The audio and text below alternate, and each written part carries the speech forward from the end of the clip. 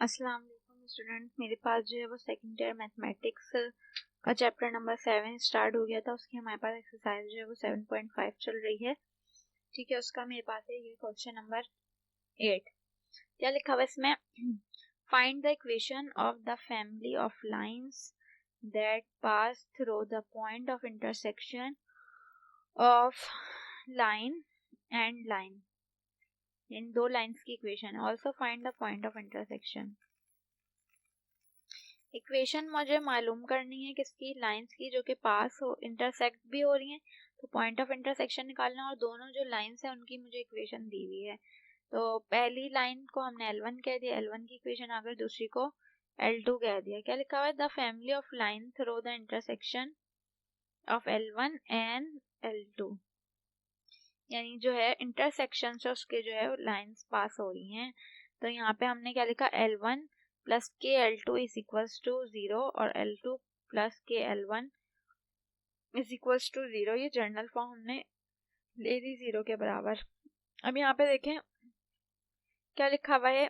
यहाँ पर L1 की जगह L1 वाली वैल्यू आ गई, सही है, प्लस के आ गया, और L2 की जगह L2 वाली इक्वेशन आ गई इक्वल टू 0। पहले मैं इस पे वैल्यू पुट कर रही हूँ, सही है, इस पे L1 की इक्वेशन के, L2 की इक्वेशन इक्वल टू 0, सही है।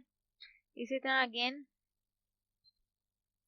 हमने क्या किया, यहाँ पर ऊपर जो दी हुई थी L2 लिखी है इक्वल टू 0, और इसमें L1 लिखी हुई है अगेन इक्वल टू 0, सही। x is equals to y minus 1। अच्छा, L1 और L2 वैसे ऊपर उतरा हुआ है, दोबारा ना भी उतारें तो मसला नहीं है। यहाँ पे L1 और L2 दोबारा उतार दिया, सही है। अब यहाँ पे जो मेरे पास इक्वेशन थी सवाल में, ये वाली देखें, इसमें से हमने x निकाल लिया, y उधर जाके क्या हो गया मेरे पास? प्लस का हो गया, और y1 यहाँ जाके क्या हो गया? माइनस का हो गया। तो y माइनस 1 आ गई x की वैल्यू।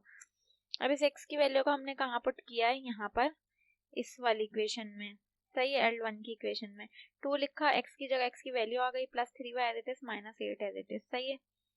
2 अंदर मल्टीप्लाई हो जाएगा तो 2y ज़ा 2y, माइनस 2 1 ज़ा 2, माइनस का 2, प्लस 3y और माइनस का 8 इक्वल टू 0। 2y आ गया, minus 2 plus 3y minus 8 equal to 0, सही है। 2 में 3y प्लस कर दें 5y हो जाएगा, माइनस 8 और माइनस 2 क्या हो गया? Minus 10 equal to 0। माइनस का 10 इधर आके क्या हो गया? प्लस का 10। 5 इधर आके 10 से डिवाइड होगा तो 5 1 5 2 10, y इक्वल किसके आ जाएगा? 2 के। अब इस y की वैल्यू को यहीं अगेन इक्वेशन 1 में पुट कर देंगे, तो यहाँ y की जगह 2 आ गया, माइनस 1, 2 में से 1 गया, क्या बन गया? 1।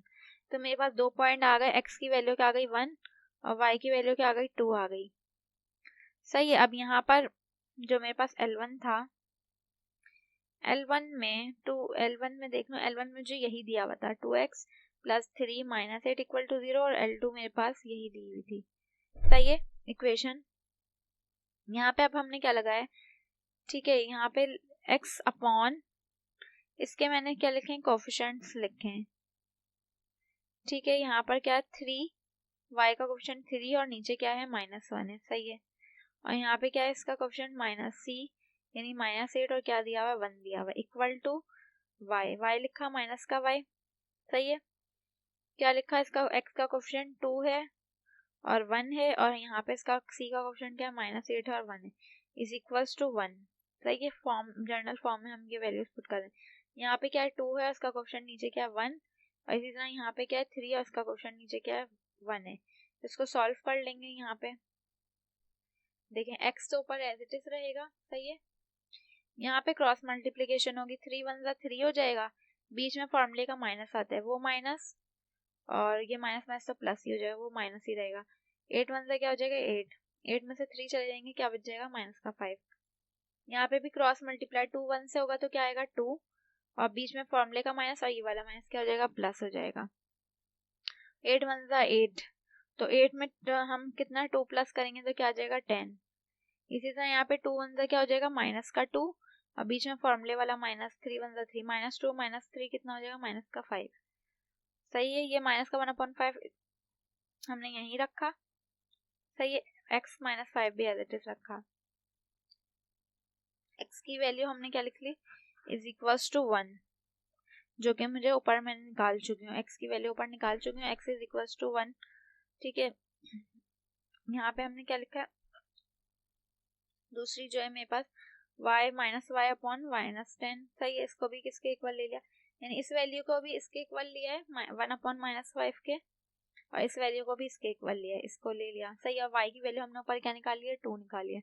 अब वैल्यू पुट करेंगे हम एक मिनट, x की जगह 1 पुट करेंगे और अपन में क्या है -5।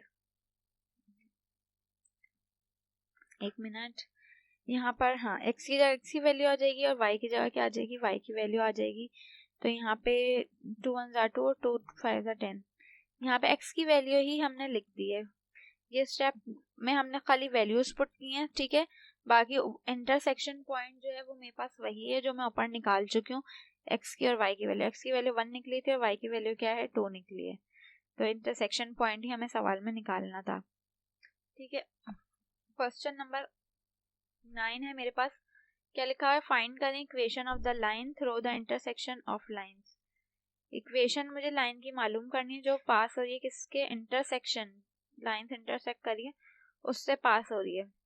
एक लाइन मुझे दी हुई है, ठीक है, इसको हमने क्या कह दिया, L1 कह दिया।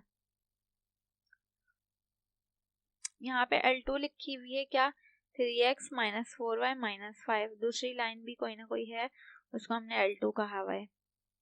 लाइन क्या लिख दी, लाइन जो है वो पास हो रही है किससे, इंटरसेक्शन से, L1 और L2। तो वही कंडीशन लगा दी हमने, L1 plus KL2 equal to 0, L2 plus KL1 is equal to 0। Value put कर देंगे, यहाँ पे L1 की जगह आ गई K और L2 की जगह L2 की आ गई इक्वल टू 0। पॉइंट से पास हो रही है, यहाँ पर पॉइंट जो है वो क्या दिया हुआ था, पॉइंट हमारे पास दिया हुआ है 2,1, ठीक है। यहाँ पे सवाल आप लोग देख लीजिए, क्वेश्चन नंबर 9 में पॉइंट भी होगा हमारे पास और दूसरी इक्वेशन भी होगी, जब यहाँ पे लिखा हुआ है हमने, यहाँ पे पॉइंट भी आ जाएगा और दूसरी इक्वेशन भी आ जाएगी।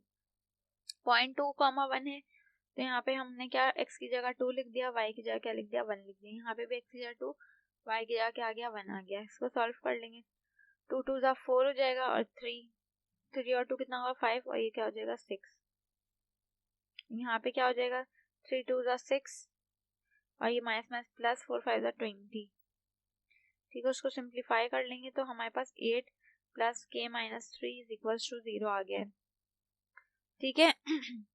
8 आ गया, ये माइनस का 3 के इज इक्वल टू 0, ठीक है। 8 को वहां भेजेंगे, सॉरी, ये माइनस का 3 के उस तरफ जाके प्लस का हो जाएगा, 3 इधर आगे क्या हो जाएगा, डिवाइड, तो k की वैल्यू आ जाएगी 8/3। अब जो मैंने ऊपर ये जो बनाई है अपने पास इक्वेशन नंबर 1, इसमें k की जगह k की वैल्यू आ जाएगी, k की वैल्यू आ गई, सही है। k की वैल्यू आ गई, 3 यहाँ डिवाइड में था, यहाँ आके क्या हो गया, मल्टीप्लाई हो गया, 3 पूरे ब्रैकेट से मल्टीप्लाई हो गया, यहाँ पे 8 पूरे ब्रैकेट से मल्टीप्लाई हो गया। इसको सिंप्लीफाई किया, x वाली वैल्यू एक साथ आ गई, y वैल्यू एक साथ आ गई, कांस्टेंट को एक साथ प्लस माइनस कर लिया इक्वल टू 0, तो ये मेरे पास क्या आ गई, रिक्वायर्ड इक्वेशन आ गई। इस तरह के कुछ सवाल आपको प्रैक्टिस के लिए भी दे देंगे। अब तक के लिए इतना ही, अल्लाह हाफिज।